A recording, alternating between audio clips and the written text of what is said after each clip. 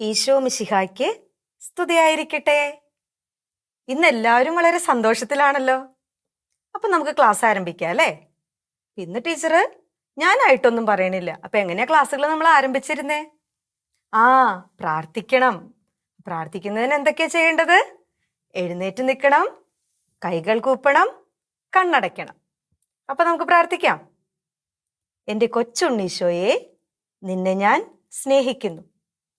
നേർവഴിയിലൂടെ ചരിക്കാൻ എൻ്റെ പാദങ്ങളെയും, നല്ലത് പ്രവർത്തിക്കാൻ കൈകളെയും, നല്ലത് ചിന്തിക്കാൻ ബുദ്ധിയെയും മനസ്സിനെയും, നല്ലത് കാണാൻ കണ്ണുകളെയും, നല്ലത് സംസാരിക്കാൻ നാവിനെയും ശക്തിപ്പെടുത്തണമേ. പിതാവിൻ്റെയും പുത്രൻ്റെയും പരിശുദ്ധാത്മാവിൻ്റെയും നാമത്തിൽ ആമേൻ.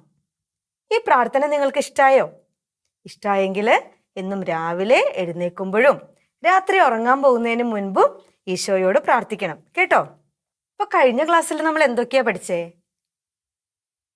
എന്തൊക്കെ കാര്യങ്ങളാണ് പഠിച്ചത്? ഒന്ന് പറഞ്ഞേ. തോമാസ് ലീഹായുടെ വിശ്വാസ പ്രഖ്യാപനം. എന്തായിരുന്നു തോമാസ് ലീഹായുടെ വിശ്വാസ പ്രഖ്യാപനം? എൻ്റെ കർത്താവേ, എൻ്റെ ദൈവമേ. ക്രിസ്തുവിനെ കർത്താവും ദൈവവുമായി തോമാസ് ലീഹ പ്രഖ്യാപിച്ചു. അപ്പൊ അതില് ഒന്ന് രണ്ട് സംഭവങ്ങളൊക്കെ നമ്മൾ പറഞ്ഞു അല്ലേ? വിഷമിച്ചിരുന്ന ശിഷ്യന്മാരുടെ മധ്യത്തിലേക്ക് ഉദ്ധിതനായ ഈശോ കടന്നു വന്നു. അവർക്ക് സന്തോഷം നൽകി, അവരെ ആത്മധൈര്യമുള്ളവരാക്കി മാറ്റി. അപ്പൊ ആ സമയത്ത് തോമാസ് ലീഹ ഉണ്ടായിരുന്നില്ല. തോമാസ് ലീഹ പറഞ്ഞു, ഈശോയുടെ കൈകൾ എനിക്ക് കാണണം, പാർശ്വത്തിൽ തൊടണം. അങ്ങനെ 8-ാം ദിവസം ഈശോ തോമാസ് ലീഹായ്ക്ക് പ്രത്യക്ഷപ്പെടുന്നു. എന്നിട്ട് തോമാസ് ലീഹായോട് പറഞ്ഞു, എന്താണ് പറഞ്ഞത്? നീ എന്നെ കണ്ടതുകൊണ്ടാണ് വിശ്വസിച്ചത്, കാണാതെ വിശ്വസിക്കുന്നവരാണ് ഭാഗ്യവാന്മാർ. അങ്ങനെ വിശ്വാസ പ്രഖ്യാപനത്തിന്റെ ഉജ്ജ്വലമായ ഒരു പൂർത്തീകരണം അവിടെ നടത്തപ്പെടുന്നു. അപ്പൊ ഇനി തുടർന്നുള്ള ഭാഗങ്ങൾ നമുക്ക് ഇന്നത്തെ ക്ലാസ്സിൽ പഠിക്കാം. 15 മിനിറ്റ് നല്ല കുട്ടികളായിട്ട് ഇരിക്കണം. ഒരു വൃദ്ധൻ എല്ലാ ദിവസവും ദേവാലയത്തിൽ പോയി കുറെ നേരം അങ്ങനെ ഇരിക്കും. അപ്പൊ ഇത് ആ ഇടവകയിലെ വികാരിയച്ഛൻ ശ്രദ്ധിക്കുന്നുണ്ടായിരുന്നു. അപ്പൊ വികാരിയച്ഛൻ ഒരു ദിവസം വൃദ്ധനോട് ചോദിച്ചു, ചേട്ടൻ എന്താ ഈശോയോട് സംസാരിക്കണേ? അപ്പോ ആ അപ്പാപ്പൻ എന്താ പറഞ്ഞതെന്നറിയോ? ഞാനൊന്നും സംസാരിക്കാറില്ല, ഈശോ പറയുന്നത് ഇങ്ങനെ കേട്ടുകൊണ്ടിരിക്കും. അപ്പോ അച്ഛൻ ചോദിച്ചു, അപ്പോ ഈശോ എന്താ അപ്പാപ്പനോട് പറയണേ? അപ്പോ അപ്പാപ്പൻ പറഞ്ഞു, ഈശോയും ഒന്നും പറയാറില്ല, ഞാൻ പറയുന്നത് ഈശോ കേട്ടുകൊണ്ടിരിക്കും. പരസ്പരം പറയാതെ പറയാൻ, കാണാതെ കാണാൻ എന്തിലൂടെ സാധിക്കും? പ്രാർത്ഥനയിലൂടെ സാധിക്കും. അപ്പൊ നിങ്ങൾ എല്ലാവരും നല്ല പ്രാർത്ഥനയിൽ ശ്രദ്ധയുള്ളവരായിരിക്കണം. രാവിലെയും വൈകിട്ടും പ്രാർത്ഥന മറക്കാതെ ചൊല്ലണം. ഈ വിശ്വാസ പരിശീലനം എന്ന് പറഞ്ഞാൽ എന്താണ്? ക്രിസ്തുവിനെ അറിയാനും സ്നേഹിക്കാനും അനുഭവിക്കാനും നമ്മളെ പ്രാപ്തമാക്കുന്ന ഒരു പ്രക്രിയയാണ് വിശ്വാസ പരിശീലനം അല്ലേ? അപ്പോൾ ഈശോ തൻ്റെ ശിഷ്യന്മാർക്ക് വിശ്വാസ പരിശീലനം കൊടുത്തു. എങ്ങനെയാണ്? തൻ്റെ കൂടെ കൊണ്ടു നടന്നു. താൻ തൻ്റെ അത്ഭുതങ്ങളിലും തൻ്റെ പ്രവർത്തനങ്ങളിലും എല്ലാം ഓരോ സന്ദർഭങ്ങളിലും ഈശോ തൻ്റെ ശിഷ്യന്മാരെ കൂടെ കൂട്ടി. അങ്ങനെ ഈശോയുടെ കൂടെ, ഈശോയെ അറിഞ്ഞ്, ഈശോയെ സ്നേഹിച്ച് ശിഷ്യന്മാര് നടന്നു.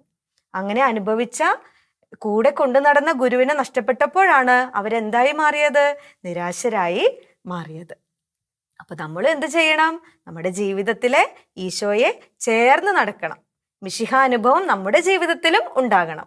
ഓരോ സന്ദർഭവും നമ്മൾ ഈശോയോടൊത്ത് കളിക്കാനും, ഈശോയോടൊത്ത് പഠിക്കാനും, ഈശോയോടൊപ്പം വളരാനും നമ്മൾ വിശ്വാസ പരിശീലനത്തെ അതിനുവേണ്ടി മാറ്റണം. ഗുരുവിനോടൊത്ത് വസിച്ച്, ഗുരുവിനെ സ്നേഹിച്ച്, ഗുരുവിനെ അനുഭവിച്ച് ശിഷ്യന്മാര് കൂടെ നടന്നു എന്ന് പറഞ്ഞല്ലേ? അതുകൊണ്ട് തന്നെയാണ് നമ്മുടെ യോഹന്നാൻ ശ്ലീഹ പറഞ്ഞത്, ഞങ്ങൾ കേട്ടതും കണ്ണുകൾ കൊണ്ട് കണ്ടതും വീക്ഷിച്ചതുമായ കാര്യങ്ങളാണ് നിങ്ങൾക്ക് മുൻപിൽ പറയുന്നത്. അതുപോലെ നമ്മുടെ യൂദാസ്ലീഹയ്ക്ക് പകരം ഒരു ശിഷ്യനെ തെരഞ്ഞെടുക്കേണ്ട സന്ദർഭം വന്നപ്പോൾ പത്രോസ്ലീഹ പറഞ്ഞ ഒരു മാനദണ്ഡമുണ്ട്. അതെന്താണെന്നറിയാമോ? എന്താണ്? യോഹന്നാന്റെ സ്നാനം മുതൽ നമ്മിൽ നിന്ന് ഉന്നതങ്ങളിലേക്ക് സംവഹിക്കപ്പെടുന്നത് വരെ, നമ്മോടൊപ്പം സഞ്ചരിച്ച കാലം വരെ നമ്മുടെ കൂടെ ഉണ്ടായിരുന്ന ഒരാളായിരിക്കണം ഇനി വരുന്ന ശിഷ്യൻ. അപ്പൊ ഇതെല്ലാം പറയാനായിട്ട് യോഹന്നാൻ ശ്ലീഹയെയും പത്രോസ് ശ്ലീഹയെയും പ്രേരിപ്പിച്ചത് എന്താണ്? ഗുരുവിനോടുള്ള സ്നേഹവും ഗുരുവിനോടൊപ്പമുള്ള അവരുടെ അനുഭവവും ആയിരുന്നു. ഇനി ഒരു കാര്യം ടീച്ചർ നിങ്ങളോട് ചോദിക്കട്ടെ, ആരാണ് ഈ മിഷനറി? വൈദികരും സിസ്റ്റേഴ്സും മാത്രമാണോ മിഷനറിമാര്? എന്തുകൊണ്ട് നമുക്ക് മിഷനറിമാരായിക്കൂടാ? നമ്മളും നമ്മുടെ പ്രവർത്തനങ്ങൾ, നന്മ ചെയ്യാൻ ലഭിക്കുന്ന കൊച്ചു കൊച്ചു അവസരങ്ങൾ, മറ്റുള്ളവരെ സഹായിക്കാൻ ലഭിക്കുന്ന അവസരങ്ങൾ എല്ലാം പ്രയോജനപ്പെടുത്തി നമുക്കും എന്തായി മാറാം?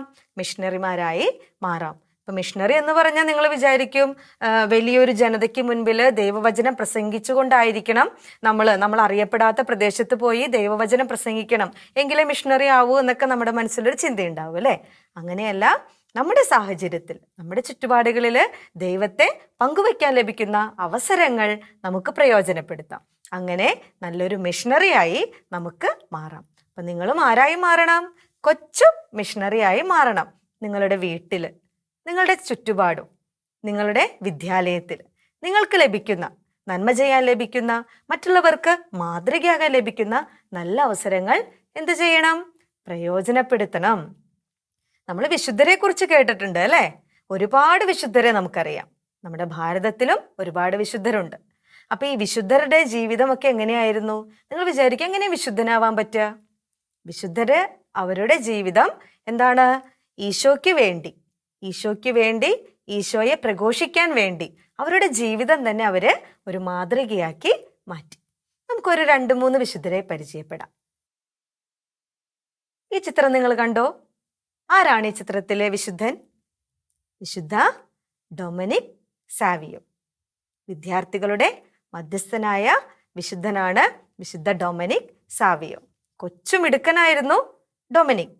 വളരെ ചെറുപ്പത്തിൽ തന്നെ 5-ാം വയസ്സ് മുതൽ എന്താണ് ദേവാലയത്തില് മഴയും ഒന്നും ഡൊമിനിക്കിന് പ്രശ്നമായിരുന്നില്ല. ദിവ്യബലിയിൽ പങ്കുകൊള്ളും. ആ ഒരു തീക്ഷ്ണത കൊണ്ട് തന്നെയാണ് 7-ാം വയസ്സിലെ ആദ്യ കുർബാന സ്വീകരണം നടത്തി. നമ്മുടെ ഡൊമിനിക് സാവിയോ പറയുന്ന ഒരു കാര്യമുണ്ട്: ഞാൻ ദൈവത്തിന്റെ കയ്യിലെ കളിമണ്ണാണ്, അങ്ങേക്ക് ഇഷ്ടമുള്ളതുപോലെ എന്നെ രൂപപ്പെടുത്തിയെടുക്കാം. അങ്ങനെ ഒരുപാട് സന്ദർഭങ്ങൾ ഡൊമിനിക് സാവിയോയുടെ ജീവചരിത്രം വായിക്കുമ്പോൾ നമുക്ക് കാണാനായിട്ട് സാധിക്കും.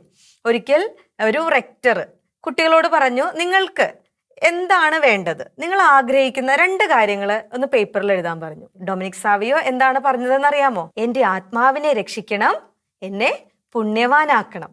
ഈ 2 കാര്യങ്ങളാണ്. മറ്റുള്ളവരെ എനിക്ക് നല്ല ഉടുപ്പ് വേണം, നല്ല പേന വേണം, നല്ല വീട് വേണം എന്നൊക്കെ പറഞ്ഞപ്പോൾ നമ്മുടെ ഡൊമിനിക് സാവിയോ പറഞ്ഞ ഈ 2 കാര്യങ്ങളാണ്. 15 വയസ്സ് വരെ മാത്രമാണ് ഡൊമിനിക് സാവിയോ ജീവിച്ചിരുന്നത്. എങ്കിലും അത്രയും കാലയളവിൽ അവന് എന്തുമാത്രം നന്മ ചെയ്യാൻ സാധിക്കുമോ, കുടുംബത്തിലും അവൻ പഠിച്ചിരുന്ന വിദ്യാലയത്തിലും അവൻ ചെന്നുപെടുന്ന ഏത് സാഹചര്യത്തിലും അവന് ചെയ്യാൻ കഴിയുന്ന കൊച്ചു കൊച്ചു നന്മകളിലൂടെ വലിയൊരു വിശുദ്ധനായി മാറി ഡൊമിനിക് സാവിയോ. മറ്റൊരു വിശുദ്ധയെ നമുക്ക് പരിചയപ്പെടാം. വിശുദ്ധ കൊച്ചു ത്രേസ്യ. കൊച്ചു ത്രേസ്യ പറഞ്ഞ കാര്യം എന്താണെന്നറിയാമോ? കൊച്ചു ത്രേസ്യ പറഞ്ഞത് ദൈവത്തിന്റെ കൊച്ചു ഉണ്ണീശോയുടെ കളിപ്പന്താണെന്ന്. ഉണ്ണീശോയുടെ കയ്യിൽ കളിപ്പന്താണ്. ഉണ്ണീശോയ്ക്ക് എന്നെ അങ്ങോട്ട് തട്ടാം, ഇങ്ങോട്ട് തട്ടാം, കാലുകൊണ്ട് ചവിട്ടി പിടിക്കാം, ഈശോയ്ക്ക് ഇഷ്ടമുള്ളതുപോലെ ചെയ്യാം. ഞാൻ ഉണ്ണീശോയുടെ കയ്യിലെ കളിപ്പന്താണ്. അതുപോലെ തന്നെ കൊച്ചു ത്രേസ്യ തൻ്റെ മരണസമയത്ത് പറഞ്ഞ ഒരു വാക്യമുണ്ട്: എൻ്റെ സ്വർഗം ഭൂമിയിൽ നന്മ ചെയ്യാൻ ഞാൻ ഉപയോഗിക്കും.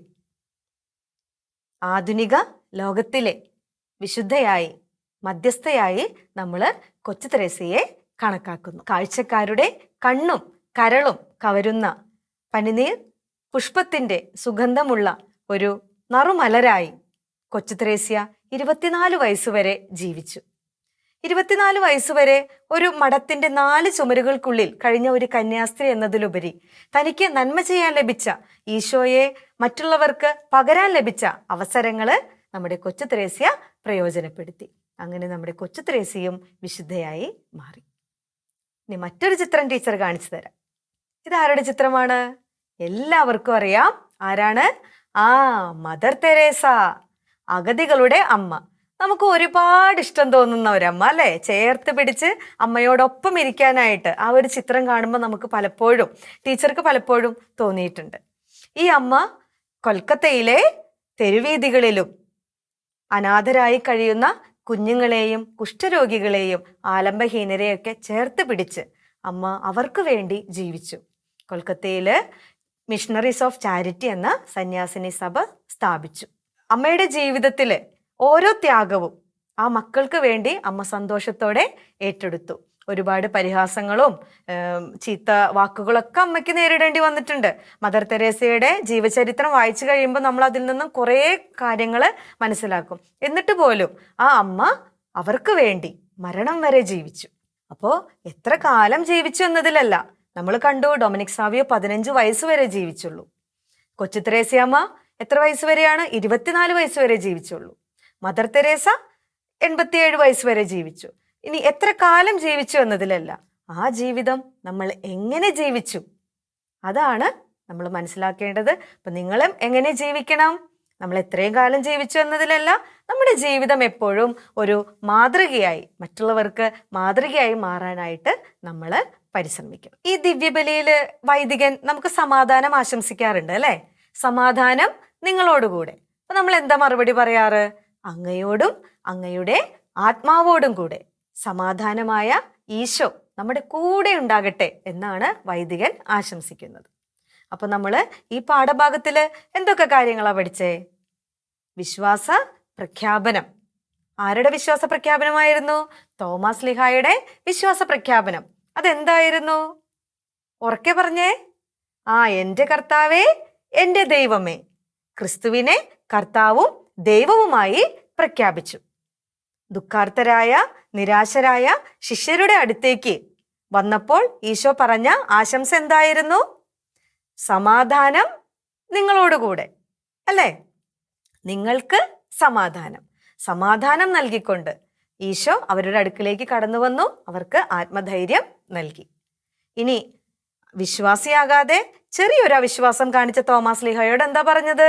നീ കണ്ടത് കൊണ്ടാണ് വിശ്വസിച്ചത്, പക്ഷേ കാണാതെ വിശ്വസിക്കുന്നവരാണ് ഭാഗ്യവാന്മാർ.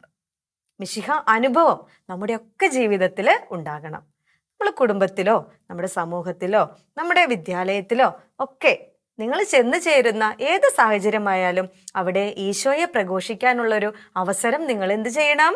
കണ്ടെത്തണം. അപ്പൊ ഈ പാഠഭാഗത്തിലൂടെ നമ്മൾ ഇത്തരം കാര്യങ്ങളാണ് പഠിച്ചത്. അപ്പൊ എല്ലാവർക്കും ഓർമ്മയുണ്ടല്ലോ?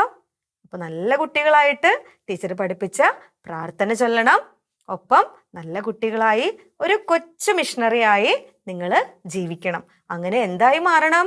വിശുദ്ധനും വിശുദ്ധയുമായൊക്കെ മാറണം. മറ്റുള്ളവർക്ക് ഉദാഹരണമായിക്കൊണ്ട്, മറ്റുള്ളവർക്ക് മാതൃകയായിക്കൊണ്ട് എൻ്റെ ജീവിതം ജീവിച്ചു തീർക്കാൻ എനിക്ക് സാധിക്കണമെന്ന് നിങ്ങൾ എന്നും പ്രാർത്ഥിക്കണം. നമ്മുടെ ക്ലാസ് അവസാനിപ്പിക്കാം. അതിനു മുന്നേ കൊച്ചൊരു ആക്ടിവിറ്റി ടീച്ചർ തരാം. സമാധാന ആശംസ വൈദികൻ നമുക്ക് ദിവ്യബലിയിൽ നൽകുന്നു എന്ന് പറഞ്ഞല്ലേ? അപ്പൊ എല്ലാവരും പ്രാർത്ഥനാ പുസ്തകം എടുക്കണം. അതില് എത്ര പ്രാവശ്യം സമാധാന ആശംസ നൽകുന്നു എന്നത് ഒന്ന് എഴുതി തയ്യാറാക്കണം. അപ്പൊ എന്ത് ചെയ്യാം? ഇനി എഴുന്നേറ്റ് നിന്ന് കൈകൂപ്പി കണ്ണുകളടച്ച് നമുക്ക് പ്രാർത്ഥിക്കാം. എൻ്റെ കൊച്ചുണ്ണീശോയെ, ഞാൻ ഇന്ന് പഠിച്ച എല്ലാ പാഠഭാഗവും എനിക്ക് ഹൃദ്യസ്ഥമാക്കണമേ. ഒരു കൊച്ചു മിഷണറിയായി ചെയ്യാൻ സാധിക്കുന്ന നന്മകളും സഹായങ്ങളും മറ്റുള്ളവർക്കായി ചെയ്യുവാൻ കുടുംബത്തിലും സമൂഹത്തിലും വിദ്യാലയത്തിലും നല്ലൊരു മാതൃകയായി ജീവിക്കുവാനും എന്നെ അനുഗ്രഹിക്കണമേ. പിതാവിൻ്റെയും പുത്രൻ്റെയും പരിശുദ്ധാത്മാവിൻ്റെയും നാമത്തിൽ ആമേൻ. അപ്പോൾ ഇനി വീണ്ടും കാണാം. ടാറ്റാ.